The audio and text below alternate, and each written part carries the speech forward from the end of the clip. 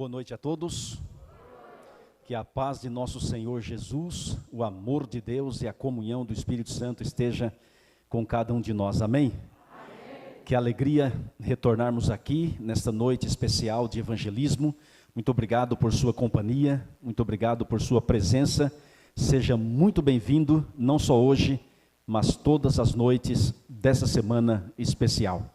Agradecemos a Eveline pelas músicas, pela participação e agradecemos também a todos que já teve aqui uma participação nesta programação especial. E eu quero cumprimentar a você que nos assiste pela internet. Muito obrigado. Alguns internautas estavam vendo aí uma questão da transmissão, eles estão resolvendo, parece que está um pouco travando, mas eles estão ali analisando os detalhes. Muito obrigado por sua companhia, que você receba o abraço de Cristo e que você seja agora o instrumento de Deus. Compartilhe o link com pelo menos mais 5 pessoas. Seja um mensageiro da esperança, seja uma mensageira da esperança, levando às pessoas a palavra do Senhor, tá bom? Muito bem, quem está feliz aqui nessa noite, diga amém. Amém. Quem está feliz, levante a mão. Agora, quem está muito feliz, levante as 2 mãos. Vamos lá. Quem vai tirar foto? Cadê a foto? Vamos lá. Deixa eu ficar aqui também. Com a mão levantada, vamos lá. Capricha aí, capricha aí. Olha só. Uau, que maravilha. Vai para o Instagram isso aí, né, gente? Muito bom, muito bom. Deixa eu fazer uma pergunta. Quem está conosco hoje que não veio ontem? Levante a mão, por favor. Olha que maravilha. Muito obrigado por sua presença. O assunto de hoje é um dos assuntos mais importantes da semana. Falaremos sobre o fechamento da porta da graça. Se pudéssemos resumir esse tema, seria: um dia vai acabar a oportunidade de salvação para todo ser humano. Enquanto a porta da graça não se fecha, há salvação, mas quando ela se fechar, não haverá mais salvação. Antes de continuarmos, nós preparamos um cartão, que a gente chama-se cartão de decisão. Como é que funciona? Nós vamos entregar esse cartão exclusivamente para quem não é membro batizado na Igreja Adventista, ou quem já foi batizado e se afastou. Por quê? Porque nós queremos fazer, no final do programa de hoje, um momento de consagração da sua vida. Tá bom? Então deixa eu saber quem está conosco nessa noite e ainda não é membro batizado na Igreja Adventista. Levante a mão por gentileza. Ok? Nós temos uma equipe que vai entregar os cartões para você, por gentileza. Há um grupo aqui na frente também. E à medida que você pode levantar a mão uma vez mais, você vai receber um cartão e uma caneta. E aí, assim que você receber, aí a gente vai ler o cartão para orientar como é que você vai preenchê-lo, tá bom? Nós temos uma equipe que vai entregando para você esse cartão de decisão. Tem aí pelo menos 5 opções para você anotar, para você marcar. Aqui à frente tem alguém? Aqui desse lado? Não, né? Todos já receberam? Podemos... Ok, pegue o seu cartão, por gentileza. Pela graça de Deus, primeira opção, terei uma vida de comunhão. Então, se você deseja ter uma vida de comunhão com Deus, marque o X na primeira opção. A segunda opção, permanecerei firme na verdade. Então, marque a segunda opção, se assim for da sua vontade. Número 3, serei testemunha de Jesus.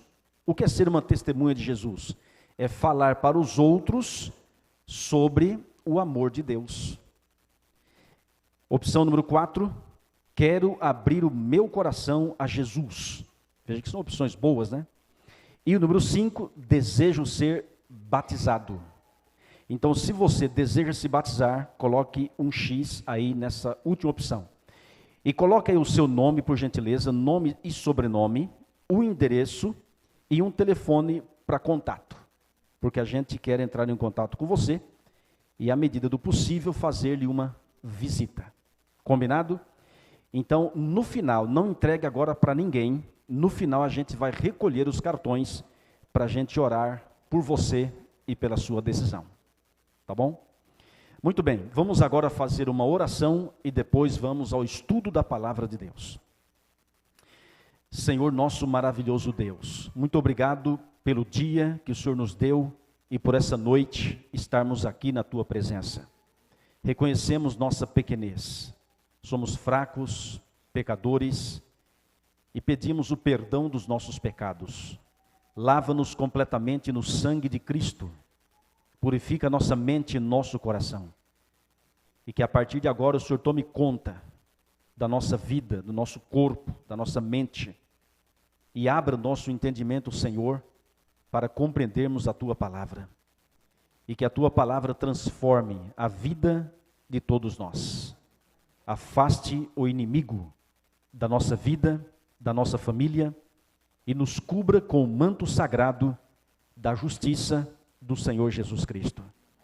Envia, Senhor, os Teus anjos, para que estejam conosco aqui dentro, ao redor e ao derredor desta igreja. Abençoe também os vizinhos, cada pessoa que está agora ouvindo essa mensagem, que essa pessoa receba Teu abraço, receba, Senhor, esperança, alegria e a certeza que o Senhor está no comando da sua vida. Abençoe também os internautas, cada pessoa que está agora nos assistindo, esteja aqui em Hortolândia, esteja no estado de São Paulo, qualquer região do Brasil ou fora do Brasil. Abraça essa pessoa, conceda a ela a libertação, a vitória.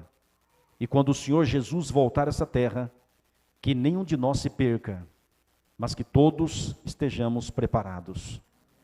Convidamos o Senhor Jesus para falar ao nosso coração. Oramos em nome do Senhor Jesus Cristo. Amém. Amém. Obrigado. Abra sua Bíblia, por gentileza, no livro de João, capítulo 16, e vamos ao versículo 7 em diante. O livro de João, Evangelho, capítulo 16, e o versículo 7. João capítulo 16, versículo 7. Está escrito o seguinte: mas eu vos digo a verdade, convém-vos que eu vá, porque se eu não for, o Consolador não virá para vós outros. Se porém eu for, eu vou-lo enviarei. Quando ele vier, convencerá o mundo do pecado, da justiça e do juízo. Do pecado, porque não crê em mim; da justiça, porque vou para o Pai e não me vereis mais; do juízo, porque o príncipe deste mundo já está julgado. Até aí. Mas eu vos digo a verdade, afirmou o Senhor Jesus Cristo. Queridos, Jesus não apenas dizia a verdade, ele era a própria verdade. Não encontramos na pessoa do nosso Senhor Jesus Cristo uma incoerência entre o que ele falava e o que vivia. Jesus era aquilo que pregava. Não apenas falava de esperança, mas ele era e é a esperança. Não apenas falava de ressurreição, mas ele disse: eu sou a ressurreição e a vida. Quem crê em mim, ainda que morra, viverá. Mas na minha vida e na sua vida, quantas vezes nos deparamos com uma incoerência? Pregamos uma coisa, falamos uma coisa e vivemos outra, totalmente diferente. Isso depõe contra o Evangelho, contra o cristianismo, contra a pregação. Porque se eu falo para você Não fume, mas você me encontra na esquina fumando. Esse é um mau testemunho. Se eu falo para você, não fale palavrão, mas você me encontra pronunciando palavrão, então isso é uma incoerência. Amigos, as pessoas lá fora vão se converter nem tanto pelo que falamos, mas por quem somos. Quem somos fala mais alto. Um cristão convertido, bondoso, cortês, um cristão amigo, que cumprimenta as pessoas, que respeita o próximo, eis nossa mais urgente necessidade. E para isso é necessário aprender de Jesus. Jesus é o nosso modelo de vida. É claro que não somos perfeitos, mas precisamos procurar imitar Cristo. E à medida que tomamos essa decisão, Ele completa aquilo que falta em cada um de nós. Cristianismo é muito mais do que estarmos na igreja.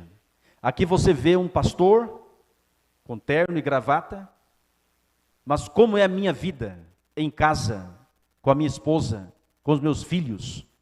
Ser cristão na igreja é fácil, mas sermos cristãos na fila do banco, no trânsito, numa transação comercial e com o cônjuge, eis nosso desafio.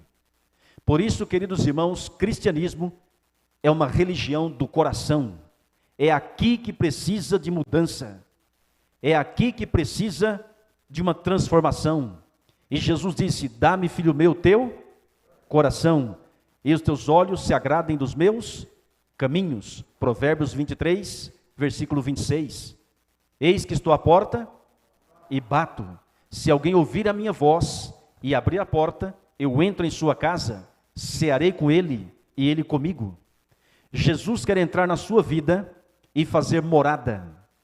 Jesus quer conviver com você, e nessa convivência Ele vai lhe transformando. É assim que aconteceu com os discípulos.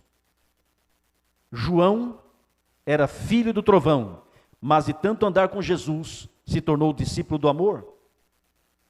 Pedro era impulsivo, falava para depois pensar, e quando pensava já havia falado. Quantas pessoas magoava, mas um dia se tornou uma nova criatura. Queridos irmãos, precisamos aprender de Jesus. Ele não apenas falava, ele era aquilo que falava. E que verdade magnífica Jesus quer nos ensinar, nos falar nessa noite. Convém-vos que eu vá. Se eu não for, disse o Senhor Jesus, o Consolador não virá para vós outros. Jesus ia para onde? Para Cafarnaum, para Jericó, Samaria. Amigos, é bem verdade que Jesus tinha uma vida incansável na proclamação do Evangelho. Você não encontra na Bíblia um Jesus ocioso, preguiçoso, não, jamais. Antes de começar o seu ministério público, Jesus era carpinteiro, tinha suas mãos calejadas. Jesus era trabalhador, e após o seu batismo, deixou a carpintaria e passou a exercer o seu ministério público, que foi a evangelização pública e pessoal. Jesus atendia milhares de pessoas, mas nunca negligenciou o auditório de uma só pessoa. Foi assim com Nicodemos, que o procurou de noite. Foi assim com a mulher samaritana, que o procurou por volta de meio-dia. O cego de Jericó, a mulher com fluxo de sangue. Jesus nunca rejeitou uma pessoa que vá a Ele necessitando e com fé. Não importa quem é você, não importa as suas lutas, não importa o seu sofrimento, e não importa a hora que você vai a Cristo. Ele lhe atende, Ele te ouve, Ele para, Ele conhece a sua vida melhor do que você mesmo. Jesus sempre foi incansável na proclamação do Evangelho. de cidade em cidade, vila em vila, casa por casa e pessoa por pessoa. Acontece, meus amigos, que Jesus, nesse contexto, não ia para lugar terrestre nenhum. Convém-vos que eu vá. Ele ia para o céu, porque de lá veio, nasceu de uma virgem, viveu 33 anos e meio nessa terra, foi tentado em todas as coisas, a nossa semelhança, mas nunca pecou nem em pensamento, nunca cedeu 1 milímetro sequer a Satanás. O inimigo não pode acusar Jesus de absolutamente nada. Homens e mulheres na face da terra se levantaram, líderes e mais líderes, e a gente louva a Deus por isso, mas todos são pecadores. Moisés, Abraão, Isaac, Jacó, Daniel, Enoque, João, Pedro, Tiago, por mais que eram pessoas consagradas, mas eram pecadoras, como você e eu. Acontece que Jesus nunca pecou. Jesus, irmãos, venceu o maligno. Jesus provou que como homem, em comunhão com o Pai, podemos ser obedientes à lei do Senhor. E à medida que a gente toma a decisão de estar aos seus pés e aceitá-lo como Senhor e Salvador pessoal, nele nós somos obedientes. Amigos, Jesus veio do céu, viveu uma vida santa nessa terra, e um dia deu a vida por mim e por você. Antes da cruz, ele foi para o Getsemane. O Getsemane era um jardim que ficava entre a cidade e o Monte das Oliveiras, ou, no caso, o Monte do Calvário. Ali naquele jardim do Getsemane, Jesus passava muitas e muitas noites em oração. Mas chegou o momento de passar a sua última noite aqui na terra. Era uma quinta-feira à noite. Quando entrava no jardim, chamou 3 dos seus discípulos, os mais íntimos, e começou a se angustiar.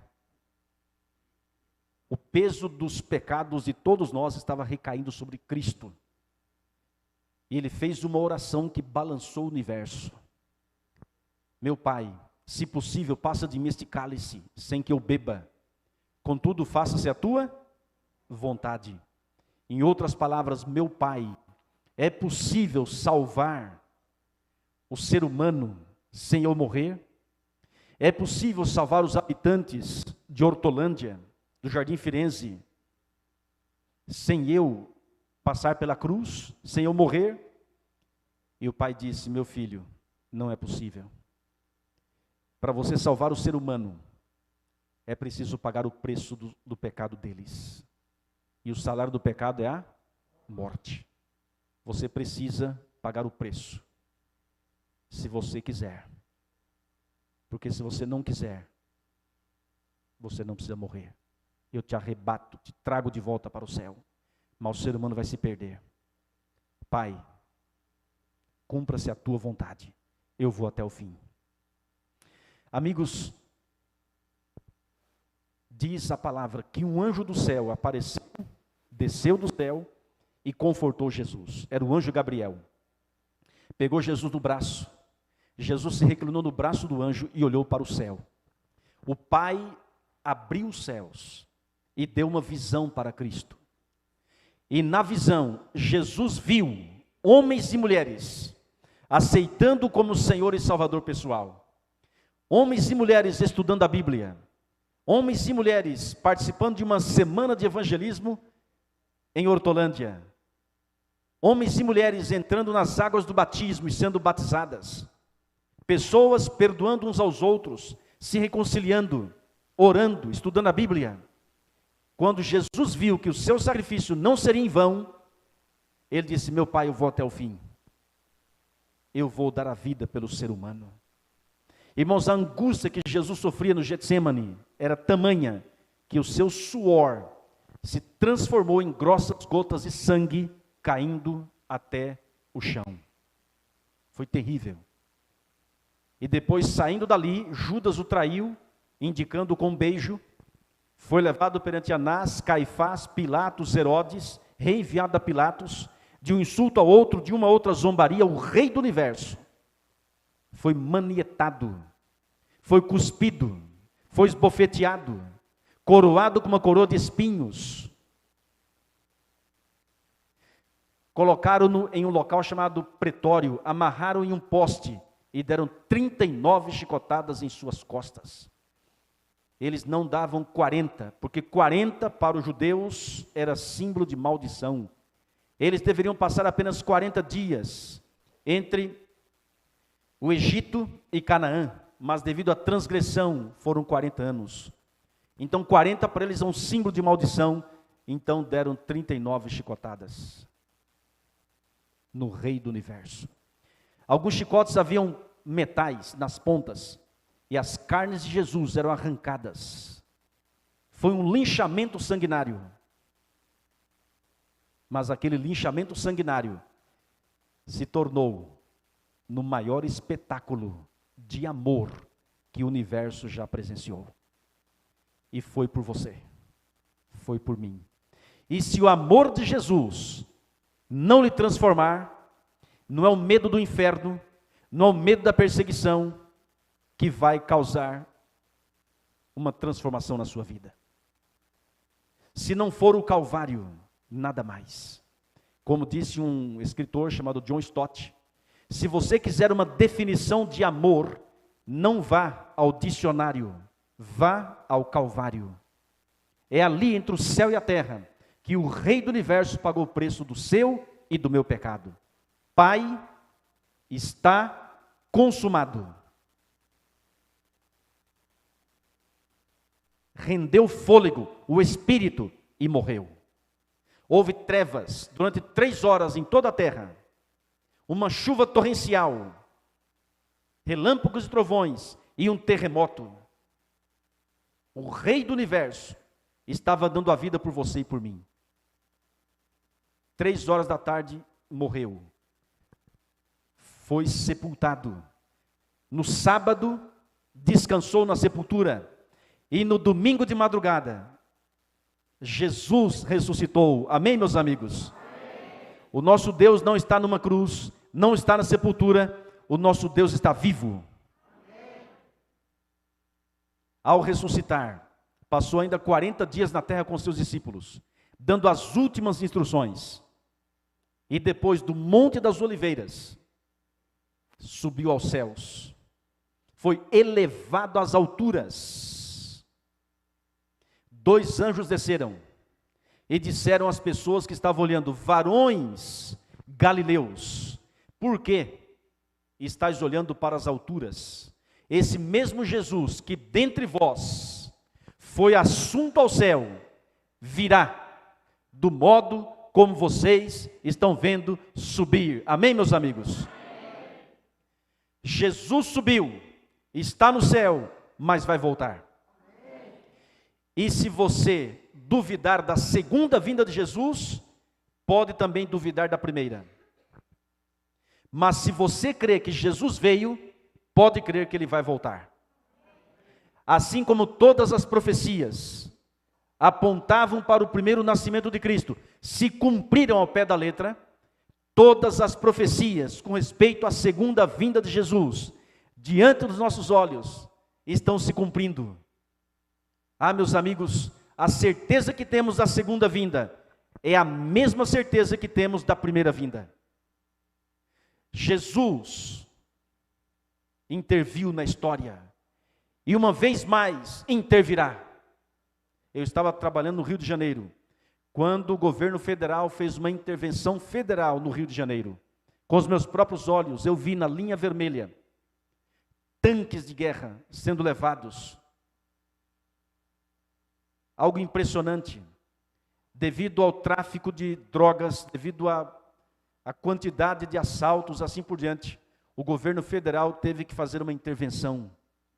Se deu certo ou não é outra história, mas o Rei do Universo, um dia, vai intervir na história desse mundo, porque senão o pecado, irmãos, vai se perpetuar. Deus tem que dar um basta no pecado, Deus tem que dar um basta no sofrimento.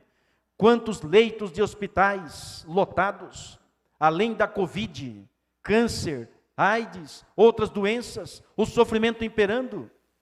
Deus virá para buscar o seu povo. Jesus voltará para buscar você e a mim. Quem crê, diga amém. Amém. Quem crê, diga glória a Deus. Amigos, não estamos inventando, essa é a promessa do Senhor, é a palavra de Deus. Mas aí cabe algumas perguntas. Jesus foi ao céu fazer o quê? O que Jesus está fazendo no céu e há quanto tempo? Há quanto tempo ele morreu, foi sepultado e ressuscitou? Historicamente, há quase 2000 anos. Então, há quase 2000 anos ele está no céu. A pergunta é, fazendo o quê? E eu pergunto, você responde, Jesus Cristo foi ao céu em corpo ou em espírito? Se ele foi ao céu em espírito, ele está no céu em espírito e voltará em espírito. Se ele foi ao céu em corpo, está lá em corpo e voltará em corpo.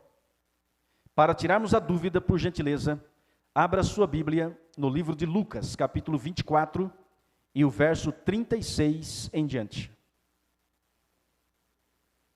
Você que nos assiste pela internet, abra sua Bíblia também, por favor, no livro de São Lucas, capítulo 24, e o verso 36 em diante. São versos maravilhosos, e se você ainda não os tem marcado, registrado, destacado na sua Bíblia, não perca mais tempo. Pega uma caneta, destaque, marque esses versos, é do 36 até o verso 43. E perceba que mensagem maravilhosa temos aqui. Lucas 24, verso 36 diz assim: falavam ainda estas coisas quando Jesus apareceu no meio deles. Ele lhes disse: paz seja convosco. Eles, porém, surpresos e atemorizados, acreditavam estarem vendo um espírito. Mas ele lhes disse: por que estáis perturbados? E por que sobem dúvidas ao vosso coração? Vede as minhas mãos e os meus pés, que sou eu mesmo. Apalpai-me e verificai, porque um espírito não tem carne nem ossos, como vedes que eu tenho. Verso 40, dizendo isto, mostrou-lhes as mãos e os pés.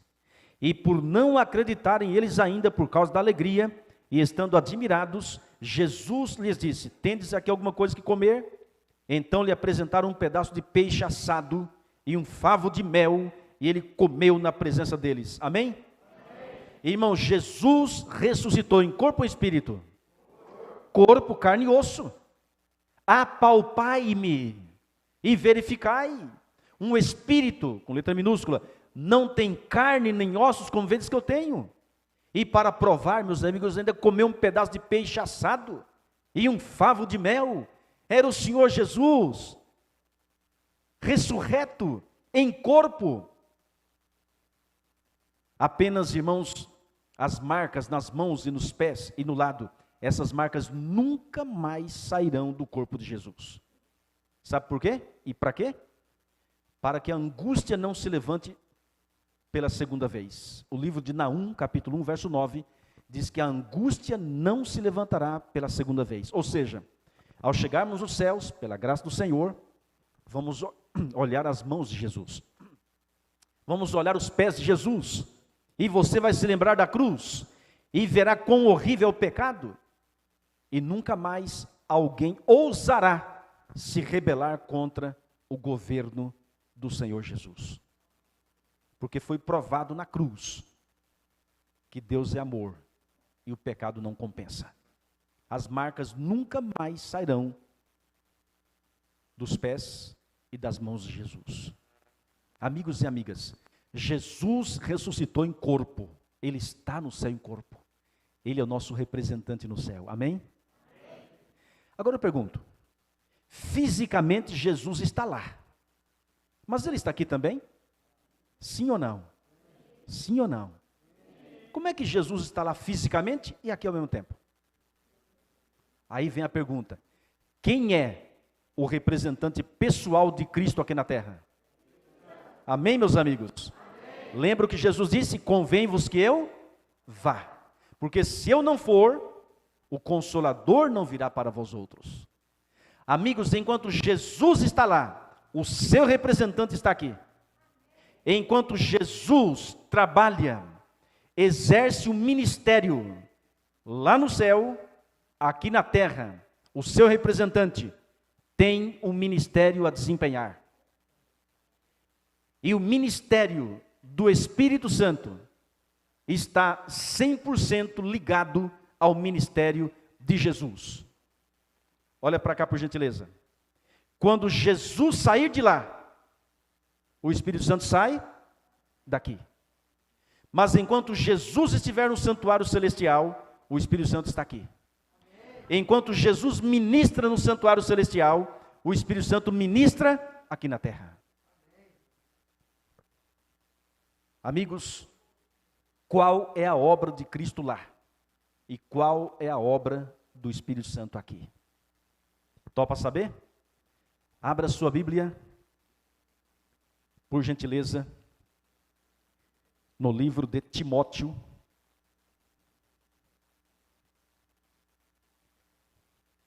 capítulo 2, 1 Timóteo, capítulo 2, o versículo 4 em diante. Primeira carta de Paulo a Timóteo, capítulo 2, o versículo 4. Podemos ler, irmãos, sem problema algum, verso 3, por gentileza, porque aí fica mais completo. 1 Timóteo, capítulo 2, versos 3, 4 e 5. Olha o que está escrito. Isto é bom e aceitável diante de Deus, nosso Salvador, o qual deseja que todos os homens sejam salvos e cheguem ao pleno conhecimento da verdade. Verso 5. Porquanto há um só Deus e um mediador entre Deus e os homens. Quem é ele? Cristo Jesus, homem. E se você quiser o complemento, verso 6, o qual a si mesmo se deu em resgate por todos. Até aí. Irmãos, diz a palavra que há um só Deus e um só mediador entre Deus e nós. E a Bíblia é clara, é Cristo Jesus que se tornou homem. Nenhum outro ser humano, por mais consagrado que seja, pode ser o nosso mediador entre o Pai, entre Deus e nós. Mas o que é ser um mediador? Abra a Bíblia, por gentileza. O livro de Hebreus 7, verso 25. Olha o que diz Hebreus capítulo 7 e o verso 25. Nos dá um novo vislumbre do que é ser mediador. Hebreus 7, verso 25.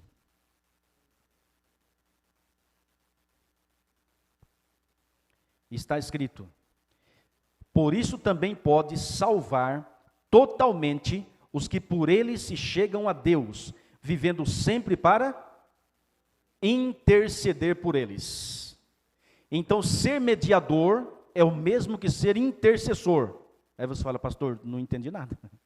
O que é ser mediador e o que é ser intercessor? Para não ficar dúvidas, pule aí alguns livros e vá para a primeira carta de João, capítulo 2 e o verso 1, pertinho do Apocalipse. Primeira carta de João, capítulo 2 e o versículo 1. Veja como que a Bíblia ensina. É a palavra que está sendo transmitida, não a voz humana, mas a voz divina, é a palavra do Senhor.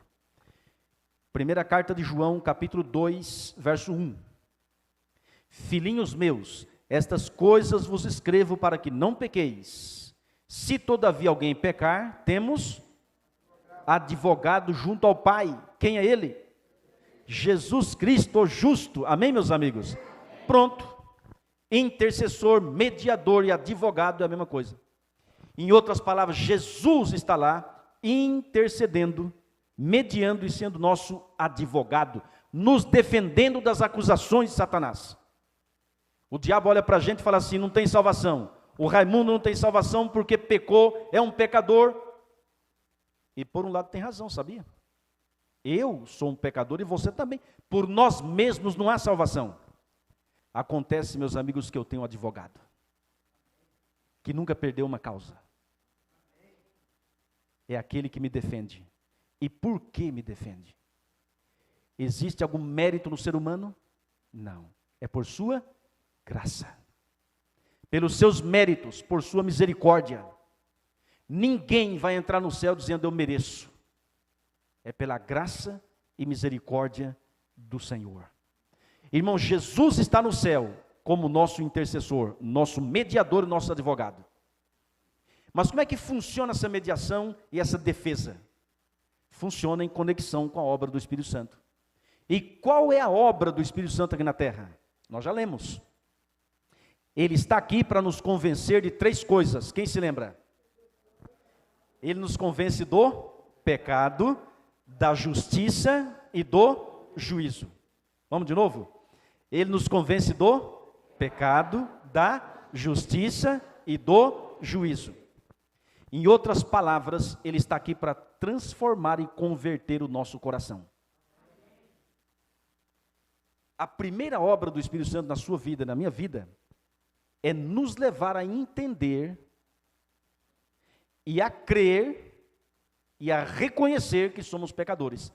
Ele nos convence do pecado. E eu pergunto, o que é pecado?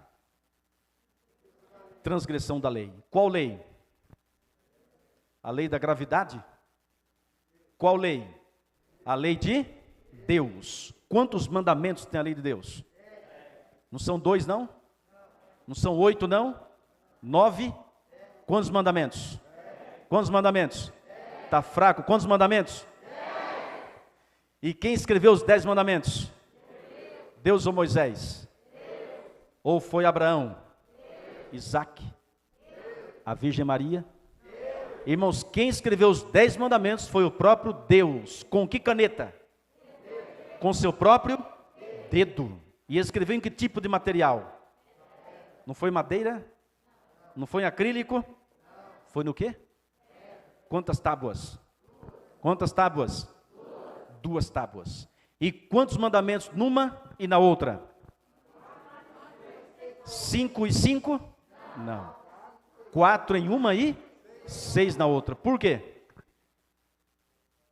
Coisa linda, né, gente? A palavra do Senhor. Irmãos, obedecer os 4 primeiros mandamentos é amor a quem? E obedecer os 6 últimos é amor a quem? É por isso que Jesus resumiu os 10 em 2.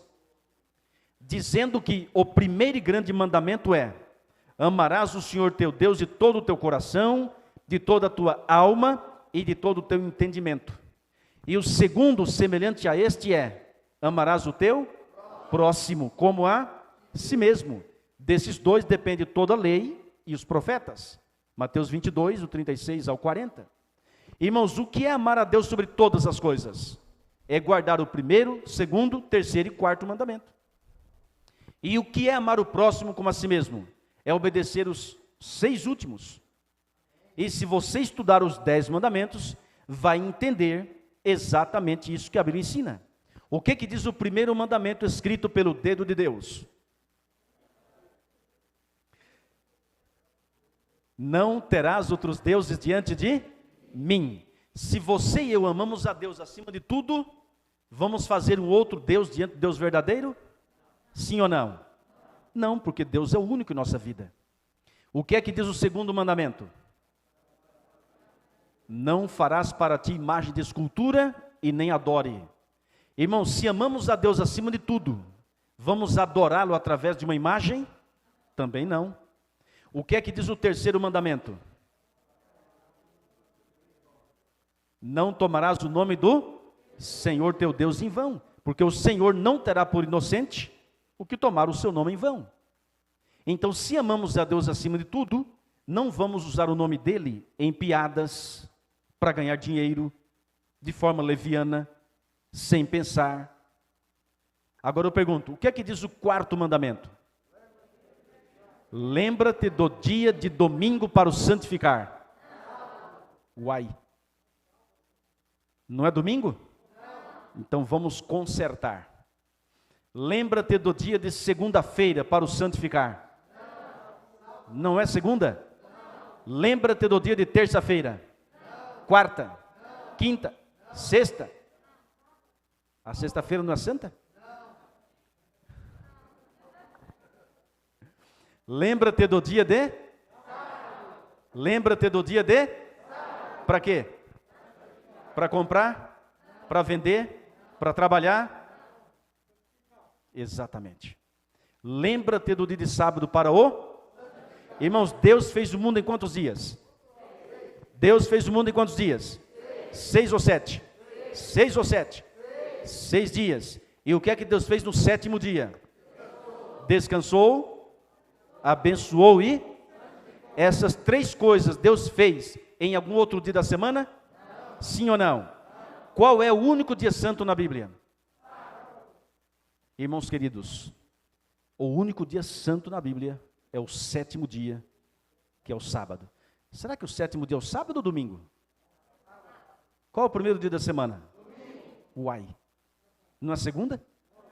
Eu sempre aprendi quando criança que a segunda era o primeiro, que o 2 era o 1, olha. Irmãos, a segunda é o primeiro dia? Se fosse, o sétimo seria o domingo. Ó, segunda, terça, quarta, quinta, sexta, sábado, domingo. Então o domingo seria o sábado. Olha que rolo. O domingo seria o sábado. Olha que coisa estranha. Mas o domingo é o domingo. Então a segunda, irmãos, não é o primeiro. O primeiro dia da semana é o primeiro. Uai. É o domingo. O segundo dia já diz tudo. Segunda. Terça, 3, quarta. O quarto dia. Quinta-feira, o quinto dia. Sexta-feira, o sexto dia. E sábado, o sétimo dia. Deus disse assim, 6 dias, começando em que dia? O domingo, na Bíblia, é um dia de descanso ou de trabalho? Por que é que o mundo descansa? Sabe por quê? Esse é um outro assunto, mas há um poder diabólico. Lá descrito em Daniel 7, verso 25, o chifre pequeno e a besta de Apocalipse 13, que são uma e a mesma coisa, mudaria e mudou o sábado para o domingo. Infelizmente, milhares estão guardando um falso dia de guarda. Mas se amamos a Deus sobre todas as coisas, guardaremos o sábado ou o domingo? Alguém fala, pastor, mas qual a diferença? Irmãos, olha para cá, olha aqui, por gentileza. Quando falamos em sábado ou domingo, não falamos apenas que dia guardar, mas que Deus servir. Se servimos ao Criador, guardaremos o dia que Ele instituiu. Mas se tanto faz como tanto fez, é o que vai acontecer nos últimos dias. Milhares, por medo do sofrimento, medo da perseguição, vai aceitar um falso dia de guarda. E nisso resultará o final de todas as coisas. E se você perceber, irmãos, a partir do 5º mandamento até o 10º, é tudo relacionado ao próximo. 5º mandamento, honra teu pai, tua mãe, está vendo? É o próximo. 6º mandamento, não matarás, está vendo? O 7º, não adulterarás, que envolve o próximo. 8º, não furtarás. 9º, não dirás falso testemunho contra o teu próximo. E o 10º, não cobiciarás, não cobice a casa nem a mulher do teu próximo, e nada do teu próximo. Então veja, meus amigos, que a obra do Espírito Santo é nos convencer do pecado, que é a transgressão da lei. Qual lei? Os 10 mandamentos. Irmãos, o Espírito Santo vem para dizer para a gente que somos pecadores. Olha só que impressionante isso. E você sabe que é um milagre o ser humano reconhecer que é um pecador? Uma vez uma pessoa chegou para mim e falou, pastor, faz 30 dias que eu não peco. Falei, rapaz. E uma vez, numa classe bíblica, fizemos uma pergunta, tem alguém que nunca pecou aqui? E uma senhora de idade levantou a mão. E eu pensei que ela não havia entendido, perguntei de novo. Tem alguém que nunca pecou aqui? E ela levantou a mão de novo. E eu disse: minha senhora, a senhora acabou de pecar, porque mentiu. Irmãos queridos, todos somos pecadores. E qual é o salário do pecado? Por sermos pecadores, merecemos a vida ou a morte? Irmãos queridos, se você reconhecer que é um pecador, já é o primeiro passo para a salvação. Por quê? Ninguém procura o Salvador se não reconhecer que está perdido. Considerado a maior pergunta da Bíblia está em Atos 16, verso 30. Quando o carcereiro de Filipos fez a pergunta: que farei para herdar a vida eterna? Que farei para ser salvo? E Paulo e Silas responderam: crê no Senhor Jesus Cristo e será salvo tu e a tua casa. Irmãos, ninguém pergunta o que devo fazer para alcançar a vida eterna ou ser salvo, se não reconhece que está perdido. Mas para você reconhecer que está perdido, é uma obra do Espírito Santo. Aí você fala: como assim, pastor? Amigos, eu não sei como, mas um dia o ser humano vai se deparar com a realidade de que por si mesmo é impossível alcançar o reino do céu. Ele precisa de um poder fora dele. Um poder que vai salvá-lo. E esse poder é Cristo. A obra do Espírito Santo não é pela metade. Ele não apresenta o problema sem apresentar a solução. Problema, pecado, solução, Cristo. Ele nos convence do pecado, mas nos leva à solução. E a solução é a justiça. Irmãos, quem é a justiça na palavra de Deus? Jeremias 23, verso 6 fala assim: nos seus dias Judá será salvo, e Israel habitará seguro, e esse será o seu nome com que será chamado: Senhor, justiça nossa. Irmãos, Jesus na Bíblia é chamado de justiça, nossa justiça. O livro de Isaías 53 fala: o justo.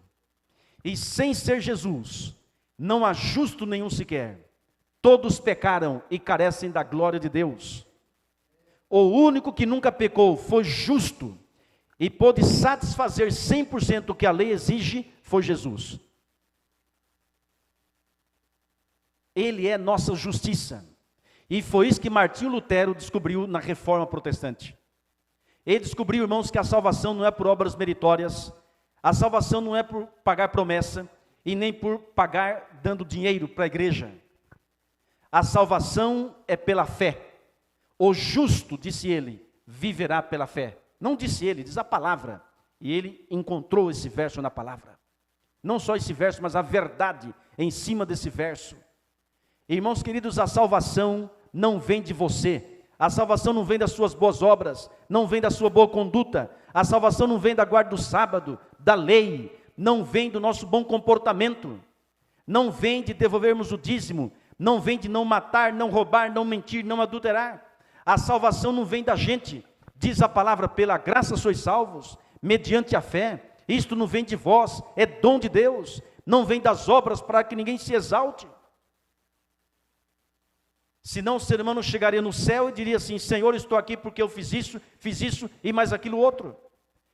Mas ninguém está dizendo que você não deve guardar o sábado, não deve fazer boas obras, não deve devolver o dízimo. Ninguém está falando isso.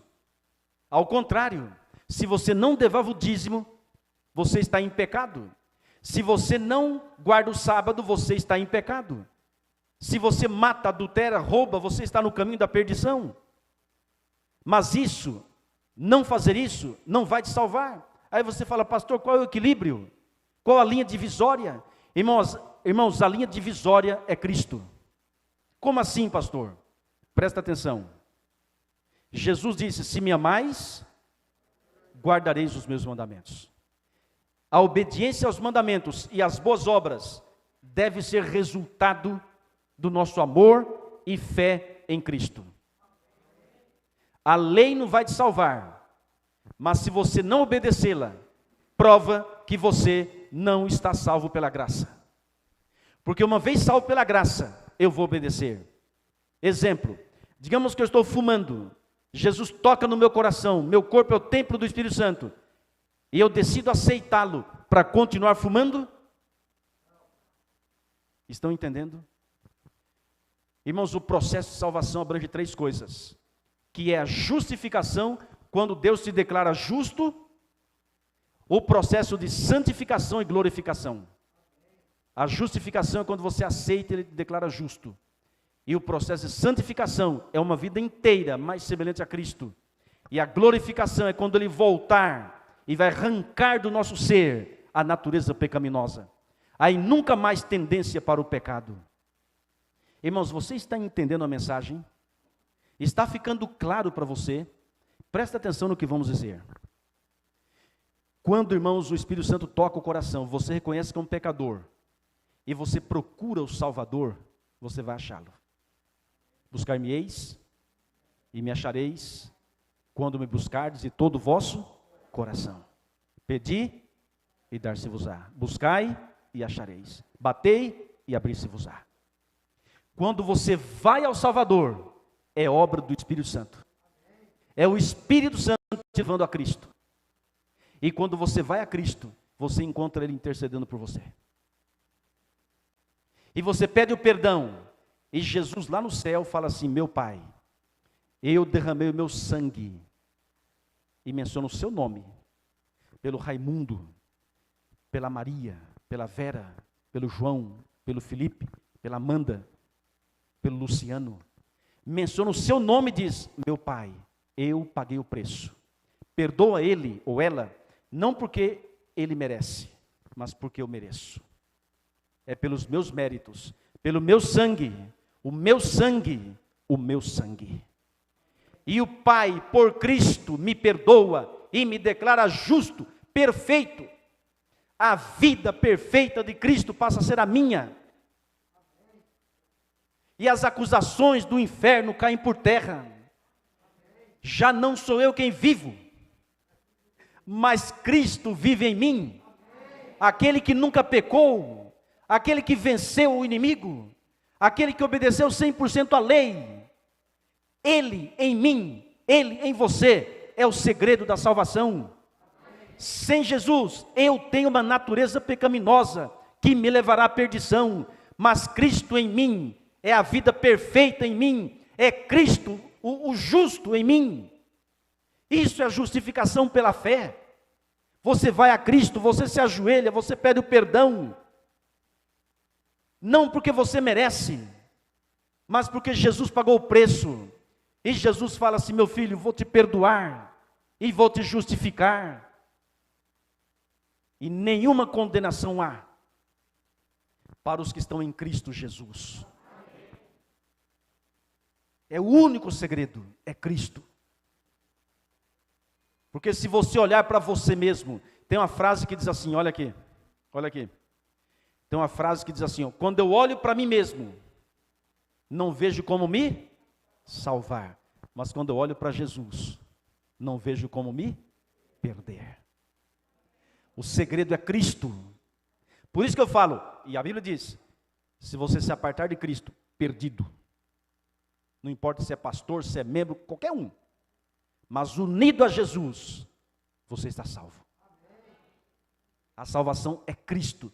Não há salvação em nenhum outro. Está ficando claro? Uma vez o sumo sacerdote Josué estava com as vestes sujas diante do anjo do Senhor e Satanás apareceu. Isso está em Zacarias, capítulo 4, capítulo 3, enfim. Satanás apareceu dizendo assim: está perdido, vestes sujas, é um pecador. E Jesus disse: o Senhor te repreenda, ó Satanás. Não é este um tição tirado do fogo? E ordenou: tire as vestes sujas do sumo sacerdote Josué e coloque vestes brancas. Isso é o que Jesus faz enquanto Ele intercede. Eu sou um pecador? Sou.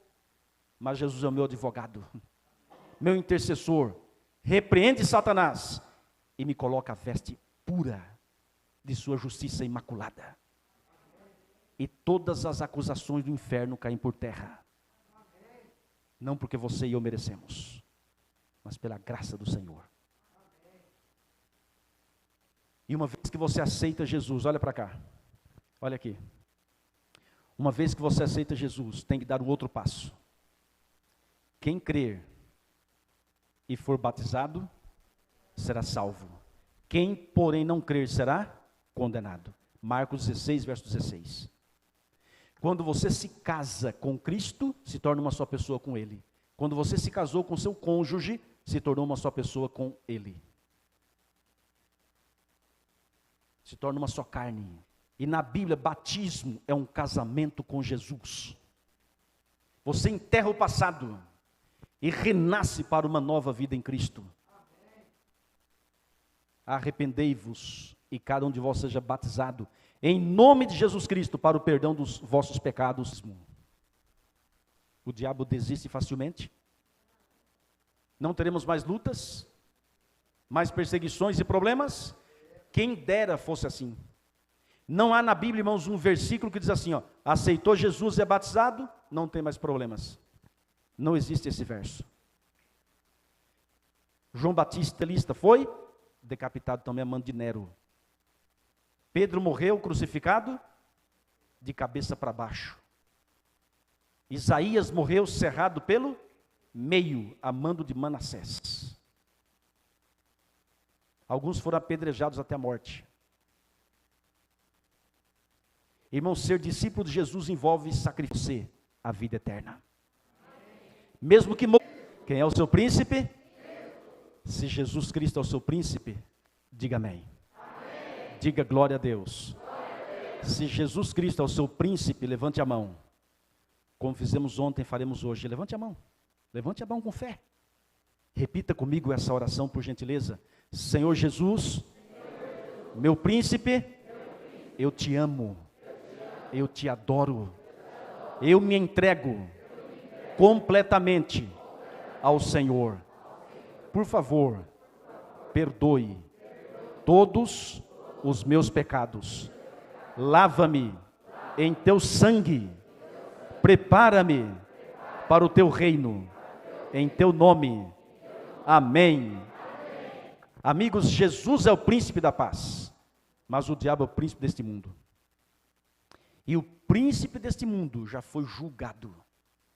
Na cruz, Jesus pagou o preço e derrotou Satanás. O inimigo é derrotado pelo sangue de Jesus. E como disse um pregador, havia numa batalha um gigante que sozinho com uma espada vencia milhares de outros soldados. Só que esse gigante era sem cabeça. Até que alguém chegou e disse, você é sem cabeça, você está morto. Aí ele caiu. Amigos, reconheça que Jesus já venceu. E você será mais que vencedor. A obra do Espírito Santo é fantástica e completa. Nos convence do pecado, da justiça e do juízo. Olha que fantástico. Amigos, e agora para a gente concluir, enquanto Jesus está lá, a obra do Espírito Santo está aqui. E se você aceitar, você vai ter uma nova vida em suas mãos. É dizer, hoje, com a presença do Espírito Santo, imagine como o mundo está. Imagine como ele estará. Um dia, o ser humano que não aceita a verdade, vai pecar contra, e 7 pragas atingem única e exclusivamente os adoradores da besta, e nenhuma chegará. Passou um dia, não choveu. 2 dias, nada de água. 3 dias, cadê a chuva? 4 dias, sem nada. 5 dias. Deus é amor. Depois de uma semana, o sol escureceu. Nuvens negras e ameaçadoras chocavam-se umas nas outras. Raios, relâmpagos, trovões. E a princípio a chuva foi fraca. Mas depois Deus abriu as comportas dos céus. E veio água de 3 do vento e debaixo da terra. A terra levou aproximadamente 2 horas para rachar, segundo uma pesquisa.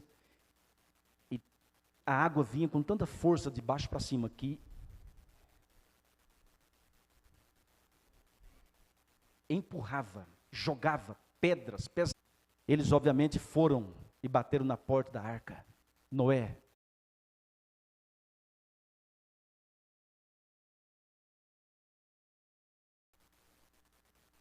e Deus está chamando você para entrar na arca.